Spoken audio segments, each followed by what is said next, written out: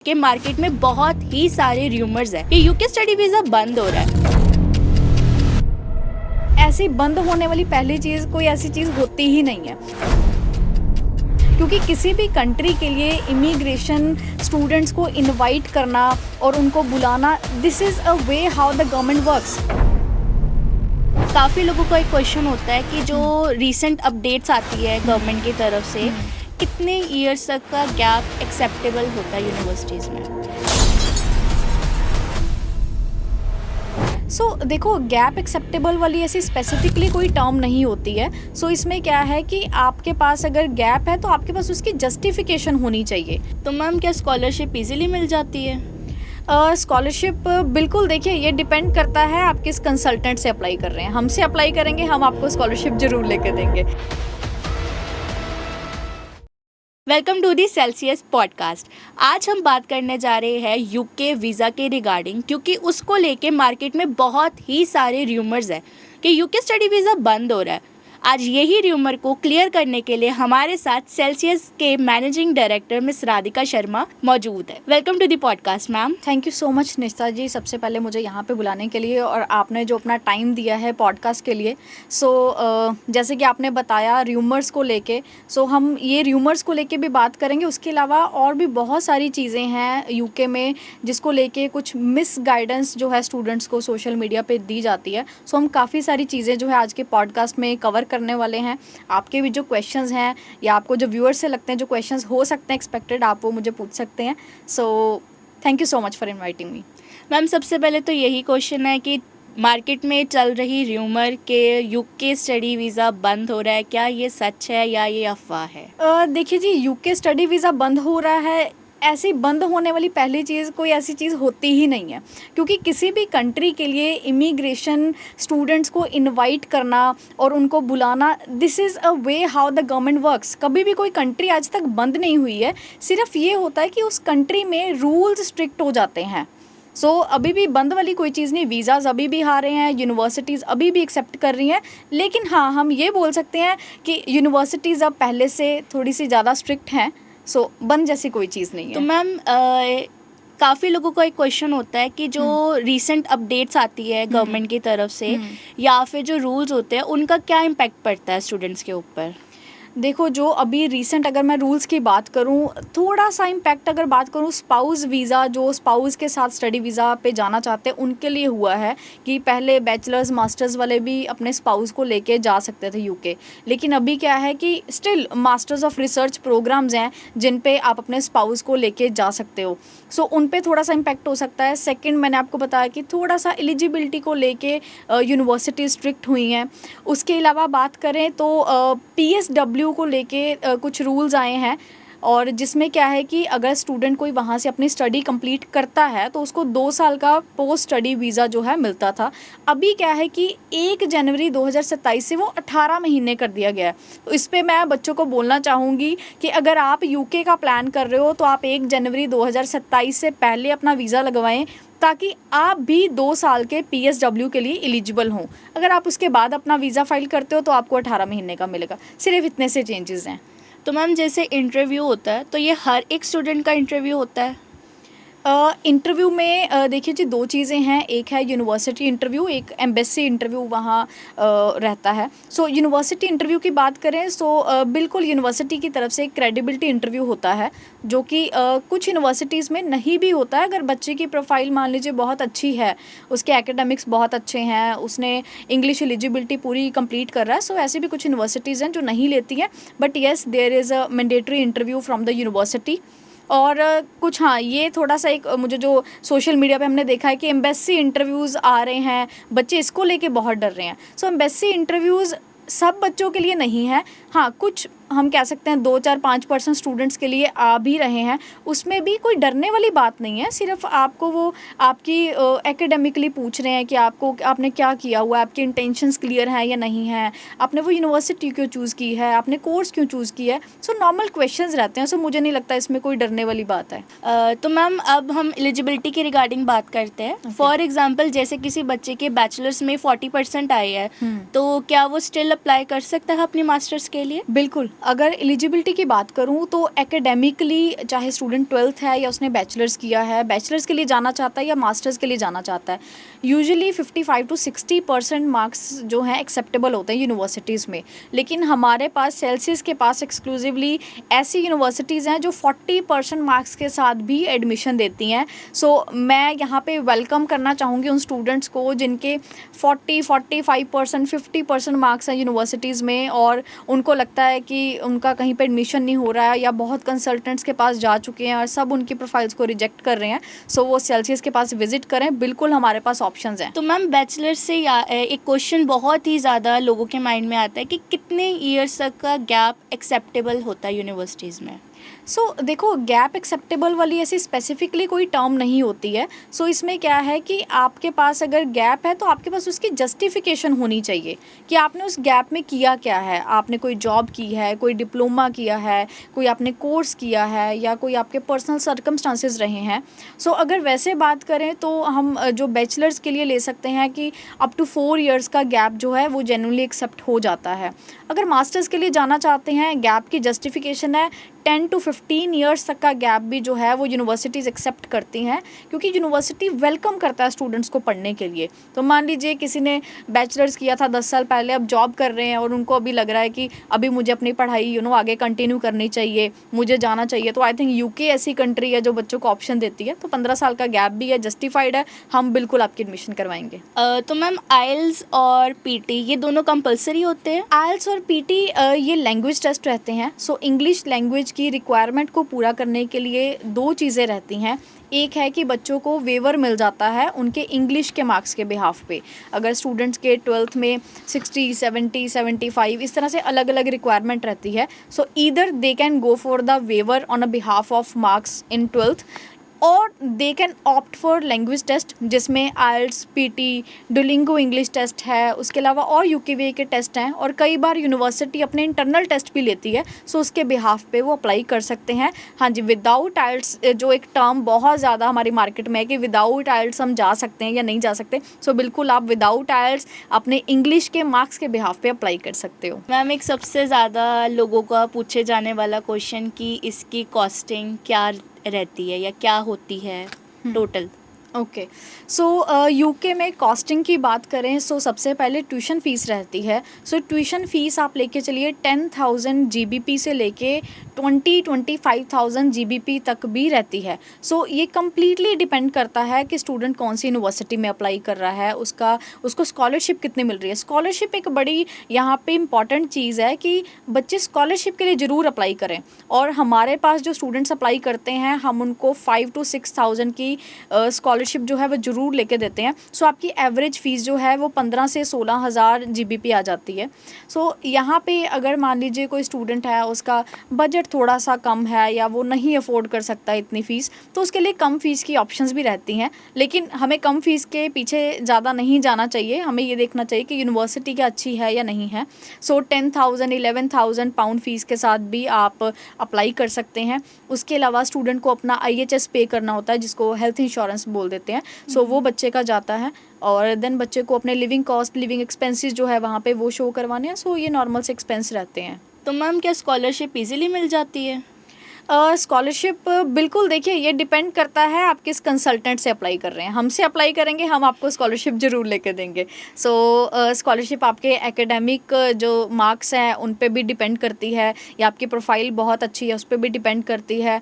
और मान लीजिए हमारे पास कुछ यूनिवर्सिटीज़ पे अच्छा होल्ड होता है, हमें लगता है स्टूडेंट, तो हम बिल्कुल देखिए स्कॉलरशिप तो हमारी फर्स्ट प्रायोरिटी रहती है स्टूडेंट्स के लिए। सो बिल्कुल ये बच्चे को ज़रूर मिलेगी। मैम एजुकेशन लोन लेना ज़रूरी होता है? एजुकेशन लोन ज़रूरी नहीं है, ये कम्प्लीटली डिपेंड करता है स्टूडेंट की, उसकी फैमिली की प्लानिंग पे, उनकी फाइनेंशियल प्लानिंग क्या है। अगर वो सेल्फ सफिशेंट है, उनको लगता है कि हम इजीली अफोर्ड कर सकते हैं, they can pay fee, they can show funds and everything, so उसमें लोन की कोई ज़रूरत नहीं है। सो उनकी पर्सनल चॉइस है लोन लेना। और ये लिविंग एक्सपेंस कितना हो जाता है? लिविंग एक्सपेंस देखिए ये डिपेंड करता है। यहाँ पे यूके में जो फंड्स जैसे लिविंग एक्सपेंस जो दिखाने होते हैं उनको दो चीज़ों में डिवाइड किया गया है, इनर लंदन और आउटर लंदन में। सो इनर लंदन में थोड़ा सा कॉस्टली होता है कंपैरेटिवली, आउटर लंदन में थोड़ा सा कम होता है। सो अगर हम इंडियन रुपीज़ में बात करें और ईयरली एक्सपेंस की बात करें, सो 18 to 20 लाख जो है वो हमें इनर लंदन में चाहिए होते हैं and 14 to 15 lakh outer London में। तो मैम यूके में जॉब इजीली मिल जाती है? ये क्वेश्चन बहुत ज़्यादा पूछा जाता है जब भी काउंसलिंग में हम बैठते हैं कि जॉब इजीली मिल जाती है। देखो, जॉब लेने के लिए आप में स्किल्स होनी चाहिए। जॉब की कमी कहीं पे नहीं है, अगर वहाँ पे भी लोग रह रहे हैं, वहाँ पे भी डेवलपमेंट हो रही है तो जॉब्स भी हैं। लेकिन आपको क्या आता है? जॉब के साथ साथ कंपटीशन भी तो बहुत है। अब यहाँ से जो स्टूडेंट 12th करके जा रहे हैं, आपको ठीक से आपकी कम्युनिकेशन स्किल्स नहीं है, आपको कुछ आता नहीं, आप कैसे जॉब लोगे? सो मैं रेकमेंड करती हूँ कि बच्चों को देखो यहाँ से कुछ ना कुछ सीख के ज़रूर जाना चाहिए कि कोई स्किल तो हो आपके अंदर। कोई स्किल होगी तो जाके वहाँ पे जॉब के लिए अप्लाई करोगे। जॉब की कोई प्रॉब्लम नहीं है, but you should be capable enough to get a job. एक और क्वेश्चन है जॉब से रिगार्डिंग कि कितने आवर्स तक स्टूडेंट वहाँ पे काम कर सकता है? लीगली अगर हम बात करें as per यूकेवीआई 20 hours per week बच्चे को अलाउड होता है, वो काम कर सकता है अपने कुछ एक्सपेंसेस को कवर करने के लिए।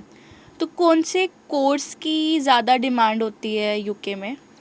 यूके में बात करें सो वहाँ पे आप आईटी को ले सकते हैं, वहाँ पे बिज़नेस के प्रोग्राम्स की अच्छी डिमांड है, प्रोजेक्ट मैनेजमेंट कर सकते हैं, आर्टिफिशियल इंटेलिजेंस का बहुत ट्रेंडिंग चल रहा है, वो कर सकते हैं। हेल्थ केयर को लेके बहुत ज़्यादा डिमांड है। सो जो स्टूडेंट्स 12th किया हुआ है, नर्सिंग में जाना चाहते हैं, हेल्थ केयर में जाना चाहते हैं, उनके लिए बहुत अपॉर्चुनिटीज़ है वहाँ पे। सो ये कुछ प्रोग्राम्स हैं जो बच्चे चूज़ कर सकते हैं। कोई सर्टन सिटीज़ भी है यूके में जहाँ पे बहुत अच्छी जॉब्स मिलती है? देखिए, ये सिटी पे वैसे नहीं डिपेंड करता, लेकिन फिर भी अगर हम बात करें जो हमारे इंडियन स्टूडेंट्स हैं वो ज़्यादातर आपको लंदन, बर्मिंघम या मैनचेस्टर, लीड्स इन शहरों में ज़्यादा मिलेंगे। सो ये सब जो है डेवलप्ड सिटीज़ हैं, अच्छी सिटीज़ हैं, सो आपको यहाँ पे बहुत अपॉर्चुनिटीज़ मिलेंगी। अगेन सेम थिंग, आप कैपेबल होने चाहिए, आपको जॉब भी मिलेगी और आपको सेटलमेंट भी अच्छी मिलेगी। Most of the asking question कि यूके की पीआर कितने टाइम में पॉसिबल होती है? यूके की पीआर को लेके मैं अभी पॉडकास्ट में ऐसी कोई कमिटमेंट नहीं बोलूँगी कि आपको जाके पीआर मिल जाएगी, 2 साल में मिल जाएगी, 4 साल में मिल जाएगी। ये चीज़ देखिए यूके के करंट रूल्स जो हैं उस पे डिपेंड करती है। आज आप स्टडी वीज़ा पे जा रहे हैं 2-3 साल के लिए, उसके बाद आप पीएसडब्ल्यू पे होंगे, उसके बाद रूल्स क्या होते हैं वो गवर्नमेंट पे कम्प्लीटली डिपेंड करता है। सो आपको पीआर की बजाय आप स्टडी वीज़ा पे जा रहे हैं, आप अपनी स्टडी पे फोकस कीजिए कि आप अच्छे से पढ़ाई करें, क्योंकि यूके की जो डिग्री है वो ग्लोबली रिकग्नाइज्ड है। Even if you will not get a settlement there, you can move anywhere in the world.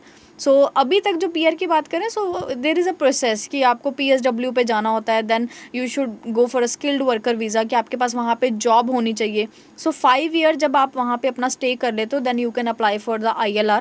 इस तरह के रूल हैं। अभी कुछ रिसेंट चेंजेस भी आए कि उन्होंने 10 ईयर कर दिया है, अगेन वो 5 ईयर के लिए बोल रहे हैं। सो कुछ ऐसी स्टेबिलिटी नहीं है, सो इसके बारे में एग्जैक्टली कोई स्टेटमेंट देना ठीक नहीं होगा, आई थिंक।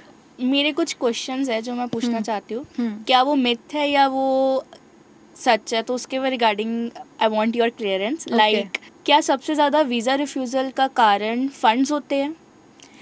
नहीं, ये चीज़ बिल्कुल मिथ है। फ़ंड्स की वजह से रिफ्यूज़ल नहीं आता है। रिफ्यूज़ल के बहुत सारे रीज़न्स हो सकते हैं।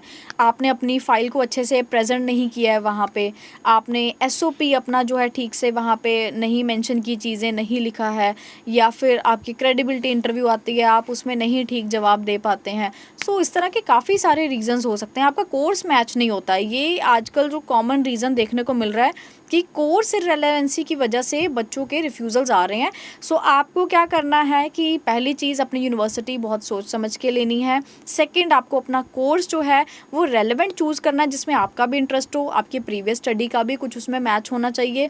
थर्डली, आपको अपना कंसल्टेंट बहुत सोच समझ के चूज़ करना है। यहाँ पे अगेन मैं बोलूँगी कि सेल्सियस के पास आइए, हम आपको 100% कमिटमेंट देनी जो है वो गलत स्टेटमेंट है। It will be a fake statement अगर आपको कोई बोलता है। यहाँ पे मैं बोलना चाहूँगी कि सेल्सियस को 8 साल का एक्सपीरियंस है, हमारे पास एक्सपीरियंस स्टाफ है, एडमिशन टीम, काउंसलर्स। सो हम आपका वीज़ा बिल्कुल लगवा के देंगे। आप एक बार हमारे ऑफिस विजिट करो, प्रॉपर काउंसलिंग लो, ठीक कोर्स चूज़ करो, ठीक यूनिवर्सिटी चूज़ करो, आपका वीज़ा पक्का आएगा। तो मैम सबसे ज़्यादा क्या ऐसी मिस्टेक है जो बहुत से बच्चे रिपीट करते हैं वाइल अप्लाइंग फॉर वीज़ा और वाइल फाइलिंग?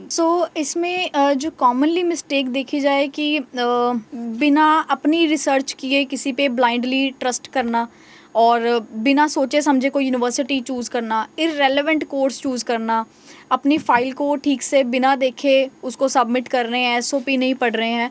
इस तरह की कुछ मिस्टेक्स होती हैं जो उनको अवॉइड करनी चाहिए। जैसे अभी आपने बताया कि हमें सोच समझ के बच्चों को यूनिवर्सिटीज़ चूज़ करनी चाहिए, तो क्या कभी कंसल्टेंट कंपनीज जो होती है वो कोई गलत यूनिवर्सिटी सजेस्ट कर सकती है या कर देती है? गलत यूनिवर्सिटी, देखिए मार्केट है, मार्केट में हर तरह के कंसल्टेंट हैं। यहाँ पे मैं किसी के बारे में तो भी क्या ही बोलूँगी, लेकिन सेल्सियस जो है वो स्टूडेंट की प्रोफाइल को देख के यूनिवर्सिटी सुजेस्ट करता है, कोई अपने बेनिफिट अपने प्रॉफिट को देख के नहीं। हाँ, यहाँ पे क्या है कि कंसल्टेंट को कमीशन आती है, तो जहाँ से ज़्यादा कमीशन आती है वो यूनिवर्सिटी सुजेस्ट करते हैं। हम लोग ऐसा बिल्कुल नहीं करते हैं। हमें जो लगता है स्टूडेंट अगर केपेबल है, किसी पब्लिक यूनिवर्सिटी में ज़्यादा स्कॉलरशिप पे जा सकता है और उसको अच्छी यूनिवर्सिटी मिल सकती है, तो हम उसको वही सुजेस्ट करते हैं। तो मैम स्टूडेंट्स को सेल्सियस ही क्यों आना चाहिए अपनी फ़ाइल के लिए, अपने वीज़ा के लिए? ये आपने बहुत अच्छा क्वेश्चन किया है कि देखिए बच्चों के पास बहुत सारी ऑप्शंस हैं, बहुत सारे कंसल्टेंट्स हैं, हमें ही क्यों चूज़ करना चाहिए। उसके बहुत सारे रीज़न्स हैं। पहली चीज़, हम 2018 से एथिकली और ट्रांसपेरेंसी से काम कर रहे हैं। हमें एक्सपीरियंस है यूके स्टडी वीज़ा को लेके, और उसके अलावा और भी कंट्रीज़ हम कर रहे हैं।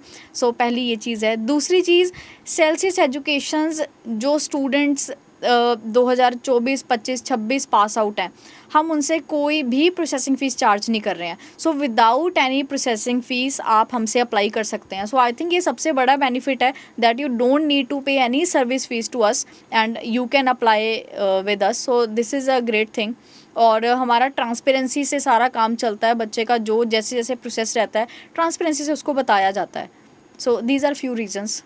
तो मैम जो वीक स्टूडेंट्स की प्रोफाइल है या वीक प्रोफाइल कह सकते हैं हम, उनके लिए आप क्या कर सकते हैं? देखिए, वीक प्रोफाइल्स जो हैं उसको मोस्टली सब रिजेक्ट ही करते हैं कि उनके लिए कोई ऑप्शंस नहीं है। हम सबसे पहले वीक प्रोफाइल्स को प्रॉपरली असेस करते हैं, उसकी प्रोफाइल को स्ट्रॉन्ग करने के क्या चीज़ें हो सकती है कि बच्चे का आप एसओपी अच्छा बना के प्रेजेंट करो, ठीक है जी। उसके अलावा हमारे पास जो स्टूडेंट एकेडमिकली वीक हैं उनके लिए यूनिवर्सिटीज़ अवेलेबल हैं जो उनको एडमिशन दे रही हैं। जैसे मैंने आपको पहले भी बताया कि 40% अगर किसी स्टूडेंट के मार्क्स हैं, हम उनको भी एडमिशन दिलवा सकते हैं। 43 पीटी स्कोर है, हम उनको भी एडमिशन करवा सकते हैं, लेकिन आपकी इंटेंशंस पढ़ने की होनी चाहिए। बिल्कुल हमारे पास वीक प्रोफाइल वाले स्टूडेंट्स के लिए बहुत सारी ऑप्शंस हैं। एक और मेरे माइंड में क्वेश्चन आ रहा है, we can consider it is myth, और अगेन मिथ वाले टॉपिक में मैं कवर करना चाहूँगी इसको। क्या मंथ्स का भी होता है इनटेक, मंथ्स का, लाइक सितंबर, जनवरी एंड मई, इनका क्या रोल होता है? लाइक बहुत कहते हैं कि जनवरी में करना चाहिए, कुछ कहते हैं मई में करना चाहिए। Which is the exact and right time for the visa applying? Okay, इसमें देखिए मेजर जो इनटेक्स की अगर हम बात करें, सितंबर, मई और जनवरी इनटेक होता है। और सबसे मेन इनटेक की अगर बात करूं तो वो सितंबर इनटेक रहता है, जिसमें मोस्टली यूनिवर्सिटीज़ ओपन होती हैं, मोस्टली प्रोग्राम्स ओपन होते हैं। आई रेकमेंड कि बच्चों को सितंबर इनटेक के लिए ही अप्लाई करना चाहिए, क्योंकि उनके पास बहुत सारी ऑप्शंस हो जाती हैं। लेकिन हाँ, अगर स्टूडेंट कई बार क्या होता है कि सितंबर इनटेक मिस कर जाते हैं, जैसे अभी रिसेंट पास आउट स्टूडेंट्स हैं, उनको आइल्स करनी है, पीटी करनी है, डिसीजन लेने में टाइम लग जाता है, और डेडलाइंस भी अभी जैसे सितंबर इनटेक की पास आ रही हैं, they might miss September intake. उस केस में वो जैन इनटेक के लिए ऑप्ट कर सकते हैं। अदरवाइज़ थर्ड हमारे पास मे इनटेक रहता है, लेकिन मे इनटेक बहुत ही छोटा इनटेक बोलते हैं हम उसको, कि उसमें बहुत लिमिटेड यूनिवर्सिटी और कोर्सेज अवेलेबल रहते हैं। और कुछ यूनिवर्सिटीज़ ऐसी भी हैं जो मंथली इनटेक या रोलिंग इनटेक हम उनको बोल देते हैं, वो भी प्रोवाइड करते हैं। We have multiple options for that. तो मैम एक रैपिड फायर करते हैं। ओके। कनाडा या UK? Right now UK. IELTS या PT? It depends, both are okay. Public university और private university? I recommend public universities. Ma'am biggest myth about UK? UK बंद हो रहा है। स्कॉलरशिप और नॉन स्कॉलरशिप? Obviously scholarship. क्या आप एडवाइस देना चाहते हो हमारे स्टूडेंट्स को? स्टूडेंट्स के लिए एडवाइस है कि अगर आप यूके जाने का प्लान कर रहे हो, सबसे पहले अपना टाइम ना वेस्ट करो, टाइमली आप अप्लाई करें ताकि आपको डेडलाइंस पे अप्लाई ना करना पड़े। सेकंड, बहुत इंपॉर्टेंट एडवाइस, अपना कंसल्टेंट बहुत सोच समझ के चूज़ करें और सेल्सियस को प्रेफर किए। एक बार हमारे ऑफिस आइए और फ्री काउंसलिंग लेके जाइए। अगर आप भी यूके जाके अपने स्टडी करने के सपने को सच करना चाहते हो तो नीचे दिए गए नंबर पे कॉल करें और सेल्सियस एजुकेशन के साथ अपनी अपॉइंटमेंट बुक करके अपना वीज़ा अप्लाई करें।